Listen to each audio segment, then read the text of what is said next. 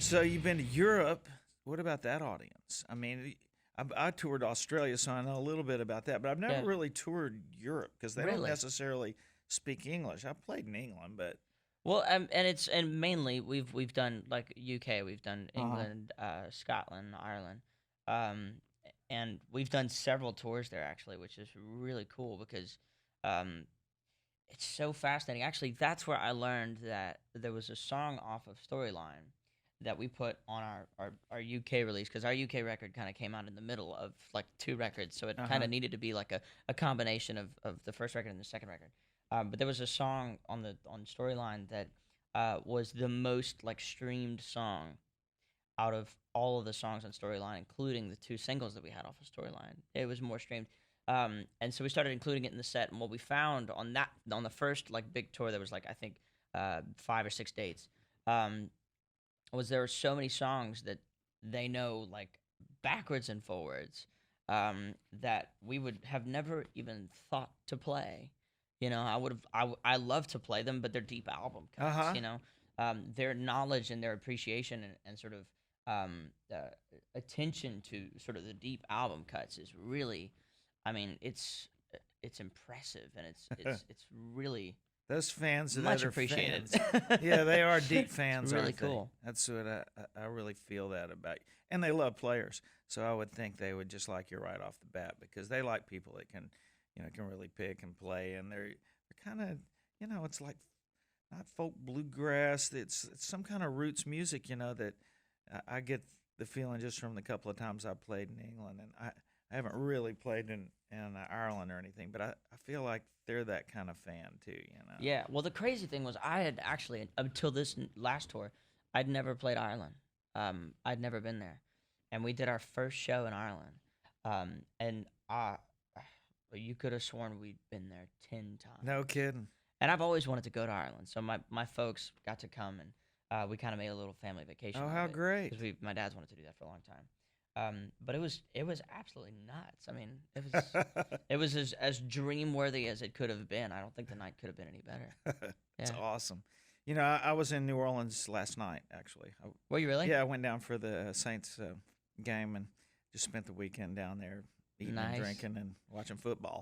and South Louisiana, obviously, is so proud of you and whatever. Do you still go back to Bow Bridge, and how do you go back?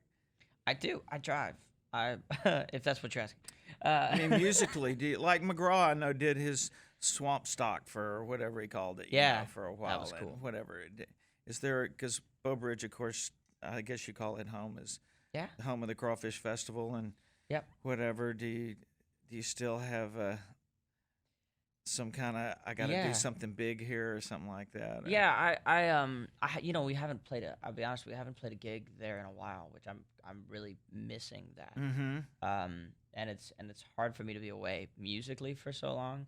Um, I think it doesn't bother me as much as it normally would because of the fact that I'm there visiting family quite Uh-huh. often. All right. So I don't. So I'm at least not missing that element, seeing friends, seeing Yeah. hanging out or whatever. But there's absolutely. I mean, for since the last show, there's been plans of a big show to go back and to really celebrate it. Like, because I think there was something special about the two shows that we did there last time. And when I say last time, I mean it was 2 3 years ago. So Uh-huh. I again, I'm like not wanting to be responsible for Yeah. the booking of everything, All right. but we have talked about it quite a bit. I something like that would be really fun, like just a big Yeah. show, a big celebration, and yeah, I You mean, still got your friends there. I mean, you yeah, left pretty early. You've been doing this since you were a kid. You got, I mean, I this weekend my 3 or 4 close friends from Shreveport came down, and we spent the weekend together. And I still have those guys that I went to elementary school with. yeah. Do you have a couple of buds who don't care that you've blown up and whatever that you can still hang with, or did you? Yeah, totally. Well, Yeah. I think too, it's cool because like I'm a lot of my friends, kind of even in high school, were like um, musicians. They were Uh, musicians that I had met, and because that's who I spent all my time with. You know what I mean? right. So like all my friends are kind of much like older than me, which is kind of interesting. Uh huh. But yeah, it is cool to kind of run around and say hey and catch up, and we all love playing music, and so it's fun to get to like share the stories of the road, and really kind of talk about get deep into music, geek talk, you know what I mean, and catch up, and yeah, it's kind of it's kind of bizarre to be going back because, I mean, as you know, when you go back and you talk to like old buddies, it's like no time has passed, right? Yeah. It's like immediately you're just having a conversation, and nothing in the world has changed since the last time you saw them. But when we start talking about stories, and there's kind of that like perspective of how much has happened in a given amount of time, it's kind of weird to be like reciting all these stories and talking about all these things with like somebody when you feel like not that much time should have passed, not that much things should have happened. But it is fun to kind of share that, and again, it's just fun to geek out with, Yeah. with folks who like appreciate the I geek duck factor. hunt with my friends when we catch up. Is there anything you guys do that you would do when you weren't playing music? We just anytime as you know, anytime I go back home to Louisiana, any excuse I have to get some good food. Yes. It's just a good dinner and just a good time, just like chill time. You Yeah. cook at all? I don't. I wish I Yeah. did. Yeah. Yeah. You're the only person I know from South Louisiana that doesn't cook, Hunter. Well, there you go. I There you just go. met my first. Like, Yeah, there had to be one. I go to cooking school every time I go down there. I mean, everybody down there knows how to cook. I guess it kind of keeps you from cooking because there's a lot of hands on the grill when you Yeah, go I down mean, there. when you have as many people, I guess, in my family as I do that are so good at it, I don't see why you would even want to try. Get out of the Just- way.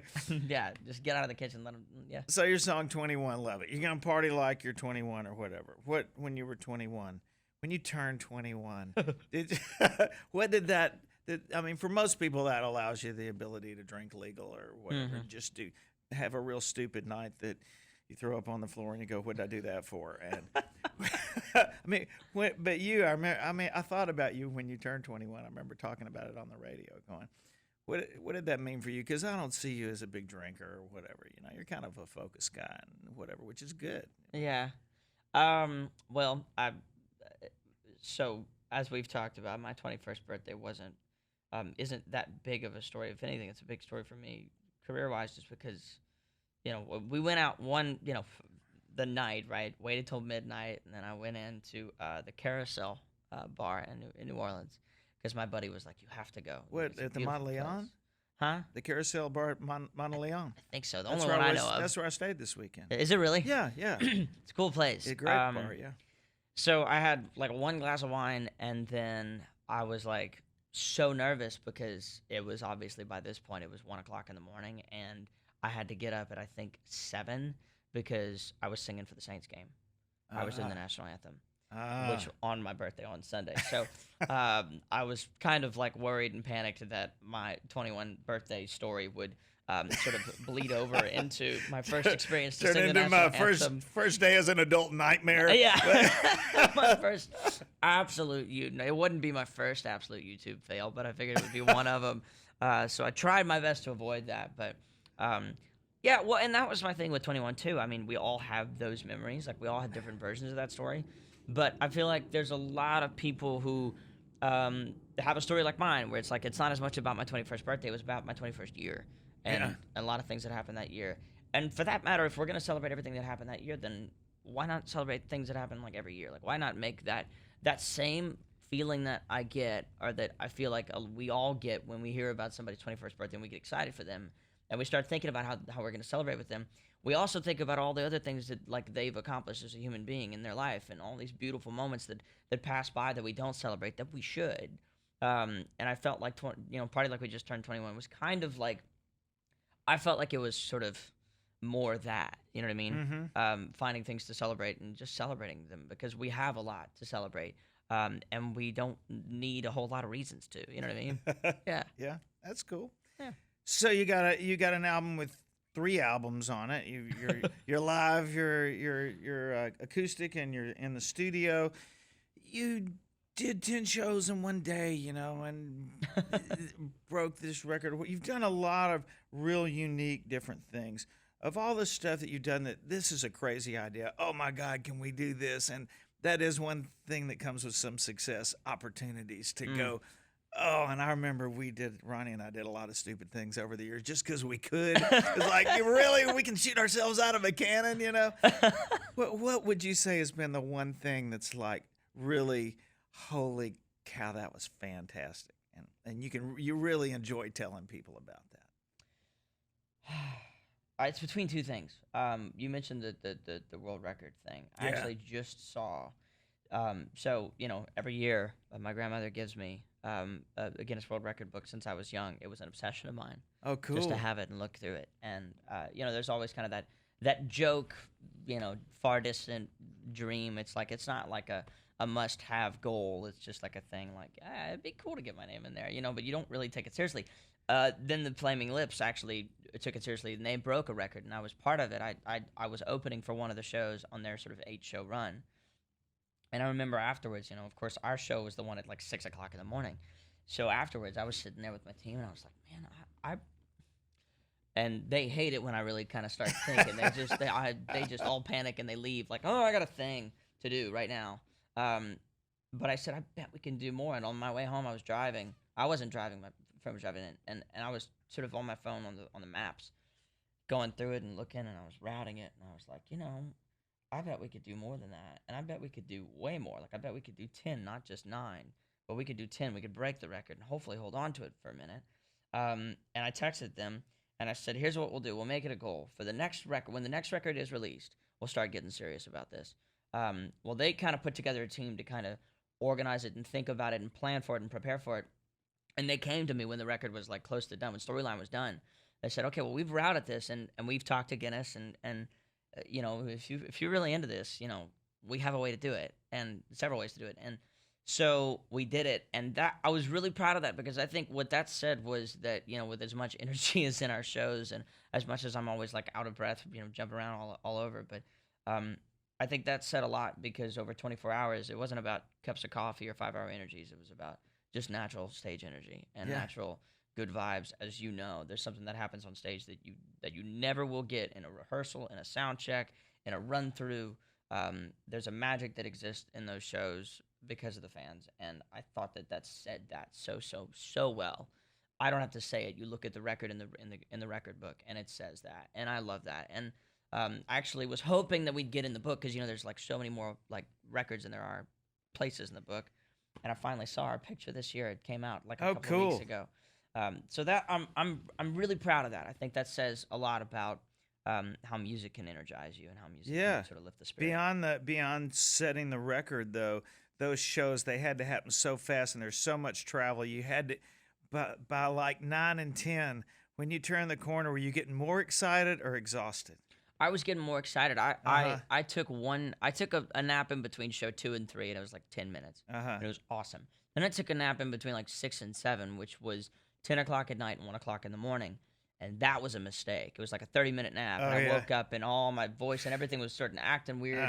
And I said, no more, and sort of powered through the rest of it. But once I got on the other side of that show, I found everything got a whole lot easier. You know what I mean? Like, it was see kind the of that finish line. Yeah, well, you could see the sunrise. You know what I mean? Yeah. And then we got on a flight to Japan like right after we were done with that. Wow. And took a 17-hour nap. Sleep hard, baby. Awesome. That's awesome, man. Yeah. Well, good luck with everything, Hunter. Great to see you, pal. Always Thank you, love man. bragging on you.